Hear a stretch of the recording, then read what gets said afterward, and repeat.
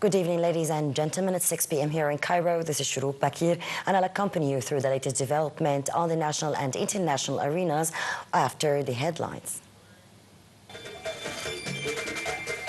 President Abdel Fattah el-Sisi receives a phone call from his French counterpart, Emmanuel Macron.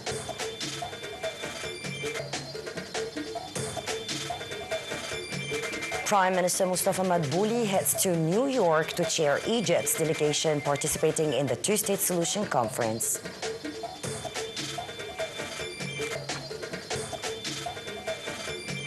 And Egypt welcomes Portugal's decision to recognize the Palestinian state during the 80th session of the UN General Assembly.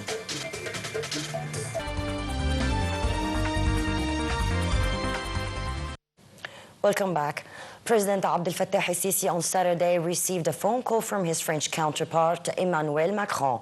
Presidential spokesman Mohammed el-Shinnawi said that the phone call tackled the outcome of the visual summit that was held on September 15th upon an invitation from President Macron to discuss the situation in Gaza and the Israeli aggression on Qatar. The spokesman added that the phone call also tackled preparations for the two-state solution conference, which will be held on Monday on the sidelines of the UN General Assembly meeting in New York. During the phone call, President el-Sisi briefed his French counterpart on the outcome of the Arab Islamic Summit, which was held in Qatar's capital, Doha. Prime Minister Mustafa Madbouli headed to New York to chair, on behalf of President Abdel Fattah el-Sisi, Egypt's delegation participating in the two-state solution conference. The agenda of the Prime Minister during his visit includes participation in the activities of the opening of the session of the UN General Assembly meetings and also delivering Egypt's speech at high-level meeting to celebrate the 30th anniversary of the World Conference on Women. On the sidelines of his participation, Madbouli is scheduled to attend a number of other meetings and events and hold a number of bilateral meetings with leaders of sisterly and friendly countries and representatives of regional and international organizations.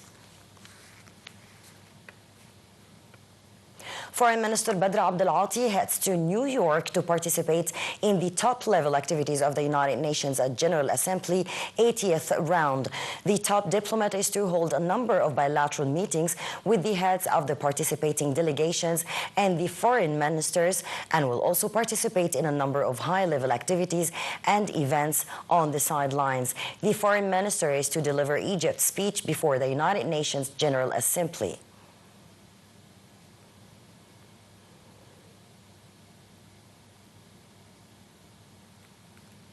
The State Information Service affirmed on Sunday that the Egyptian forces stationed in the Sinai Peninsula are primarily tasked with securing the Egyptian borders against all threats, including terrorism and smuggling.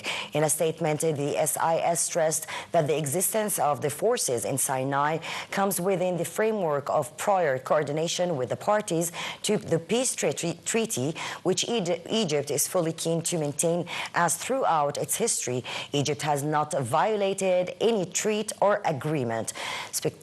Partially, Egypt reiterated its absolute rejection of any expansion of military operations in Gaza or the displacement of Palestinians from their land, and reaffirmed its support for the Palestinian people's right to establish their independent state on the June 4th, 1967 borders with East Jerusalem as its capital.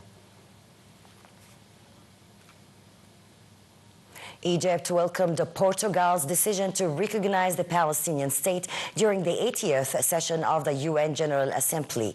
And in a statement by the Foreign Ministry, Egypt affirmed that this international support for establishing the independent Palestinian state was a further proof of the justice of the Palestinian question. It added that it was also a proof of the increasing global determination to end the historic injustice inflicted upon the Palestinian people and to secure their right to self-determination. Egypt asserted that there was no alternative to ending the conflict there than a settlement based on the two-state solution and the establishment of an independent Palestinian state.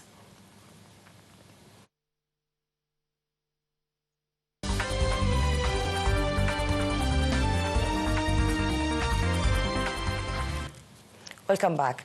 The entry of humanitarian and relief aid trucks into Gaza Strip resumed on Sunday within the framework of continuous efforts to alleviate the suffering of the Palestinians in the Strip. The Egyptian Red Crescent announced the launch of the 41st aid convoy of Zaid al-Izza from Egypt to Gaza.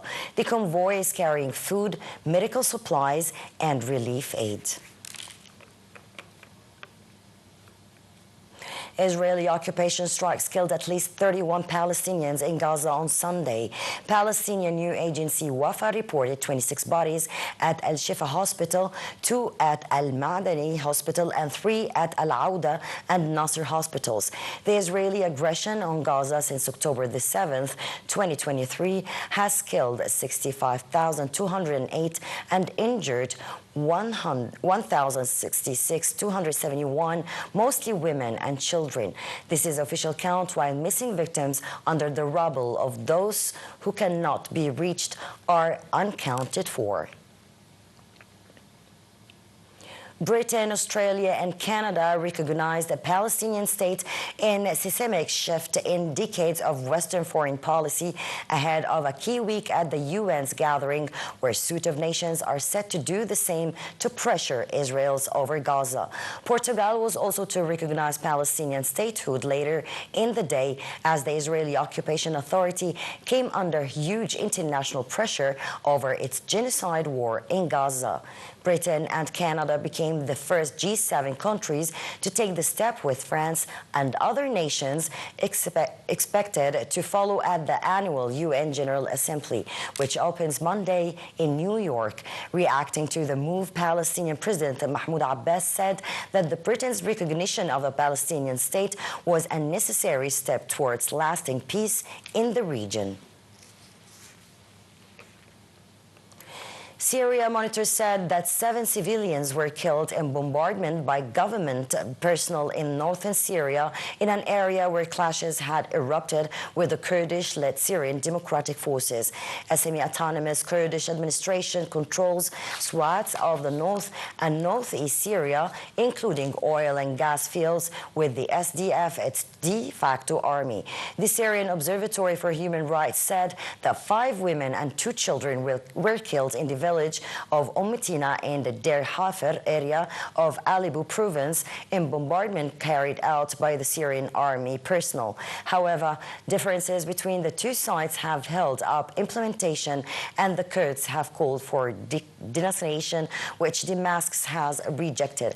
Observatory Chief Rami Abdurrahman said that the Der Hafer area is located along the front lines between the Syrian army and the SDF, and periodic clashes take place in the area. For years after the military seized power, Guinean will finally vote Sunday on a new draft constitution. The vote, which Guineans and the international community have been awaiting for years, opens the way for stalled political elections in the West African Horn. More in the coming report. For years after the military seized power, Guineans will finally vote Sunday on a new draft constitution that would pave the way for elections, but also permit the country's junta leader to run for president in a referendum boycotted by the opposition. The vote, which Guineans and the international community have been awaiting for years, opens the way for stalled political elections in the West African nation. The country has been ruled with an iron fist by junta chief General Mamadi Doumbouya since the overthrow of elected civilian President Alpha Condé in 2021. Some 6.7 million Guineans will be able to cast a ballot out of a population of approximately 14.5 million people when polling stations open at 8 a.m. on Sunday. According to the country's election body, after polls close at 6 p.m., results are not expected until Tuesday evening at the earliest. Authorities are deploying no fewer than 45,000 members of the defense and security forces across the country Sunday to secure the vote, along with 1,000 light and armored vehicles and combat helicopters. Guinea's military initially pledged to return power to civilians before the end of 2024. Although its authorities are now promising presidential and legislative elections before the end of the year, the junta has not yet set a date. UN Secretary General Antonio Guterres has warned that efforts to limit climate warming at 1.5 Celsius above pre-industrial level are failing, as the United Nations is planning to host a climate event alongside the annual gathering. More in the upcoming report. UN Secretary General Antonio Guterres said efforts to cap climate warming at 1.5 Celsius above pre-industrial level are failing as the UN prepared to host a Climate Week event alongside its annual diplomatic gathering. The climate goals for 2035 of the countries that signed the Paris Agreement, also known as Nationally Determined Contributions (NDCs), were initially expected several months ago. However, uncertainties related to geopolitical tensions and trade rivalries have slowed the process. Less than 2 months before the COP30 meeting in Brazil, dozens of countries have been slow to announce their plans, particularly China and the European Union, powers considered pivotal for the future of climate diplomacy. The UN hopes that the climate summit co-chaired Wednesday in New York by Guterres and Brazilian President Luiz Inácio Lula da Silva will be an opportunity to breathe life into efforts ahead of COP30. Guterres said he was concerned that the nationally determined contributions or national climate action plans may not ultimately support the goal of limiting global warming to 1.5 degrees Celsius above pre-industrial levels. The Intergovernmental Plan on Climate Change, IPCC, which aggregates the work of scientists worldwide, predicts a 50-50 chance that the climate will have warmed by an average of 1.5 Celsius by 2030-2035.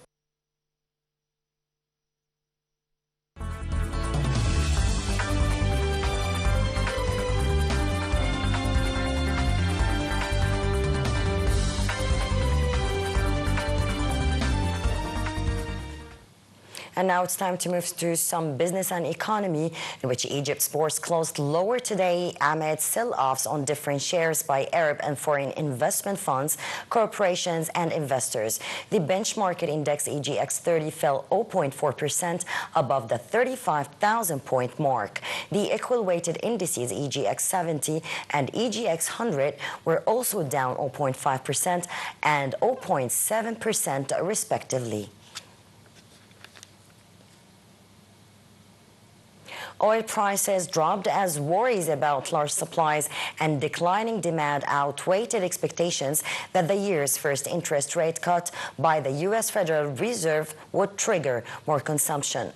Brent crude future were down 1.44%, while U.S. West Texas intermediate future lost 1.13%. Oil supplies continue to remain robust, and OPEC is reducing its oil production cut.